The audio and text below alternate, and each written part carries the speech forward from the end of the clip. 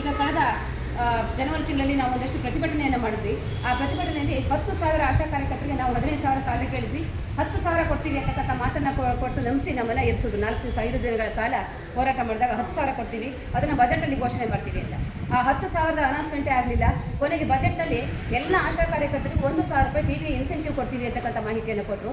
April ತಿಂಗಳಿಂದಲೇ ನಿಮಗೆ 1,000 ರೂಪಾಯಿ incentive ಬರುತ್ತೆ. ಈಗೇನು 5,000 ಬರ್ತಿದೆ ಅದ್ರ ಜೊತೆಗೆ 1,000, ಒಟ್ಟು 6,000 ರೂಪಾಯಿಯನ್ನು ಕೊಡ್ತೀವಿ. ನಿಮಗೆ 5,000ಕ್ಕೆ ಜೊತೆಗೆ 1,000 ಕೊಡ್ತೀವಿ ಅಂತಕ್ಕಂಥ ಮಾತನ್ನು ಕೊಟ್ಟರು. ಆ ಭರವಸೆ ಕೂಡ ಸುಳ್ಳಾಗಿದೆ. ಈಗಾಗಲೇ ಏಪ್ರಿಲ್ ಮತ್ತು ಮೇ ತಿಂಗಳ ಪೇಮೆಂಟನ್ನು ಹಾಕಿದ್ದಾರೆ. ಯಾವುದೇ 1,000 ರೂಪಾಯಿ ಹೆಚ್ಚುವರಿ ಆಗಲಿಲ್ಲ. ಕೇವಲ 5,000 ರೂಪಾಯಿ ಮಾತ್ರ ಪೇಮೆಂಟ್ ಹಾಕಿದ್ದಾರೆ, ಸಂಬಳ ಹಾಕಿದ್ದಾರೆ. ಇದರಲ್ಲೂ ಕೂಡ ನಮಗೆ ಅನ್ಯಾಯ ಮಾಡಿದ್ದಾರೆ, ಮೋಸ ಮಾಡಿದ್ದಾರೆ.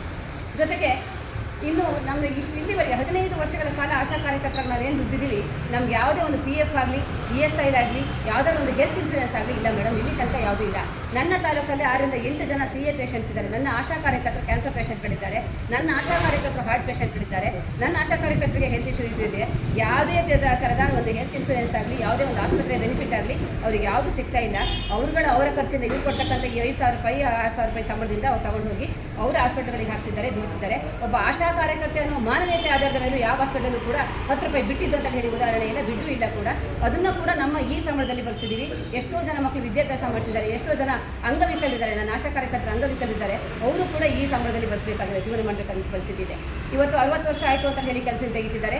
ಮಾರ್ಕ್ಸ್ ಕಡಿಮೆ ಇದೆ ಅಂತ ಹೇಳಿ ಕೆಲಸನ ತೆಗಿತಾರೆ. ನಾಳೆ ಜನಸಂಖ್ಯೆ ಕಡಿಮೆ ಇದೆ ಅಂತ ಕೆಲಸನ ತೆಗಿತಾರೆ.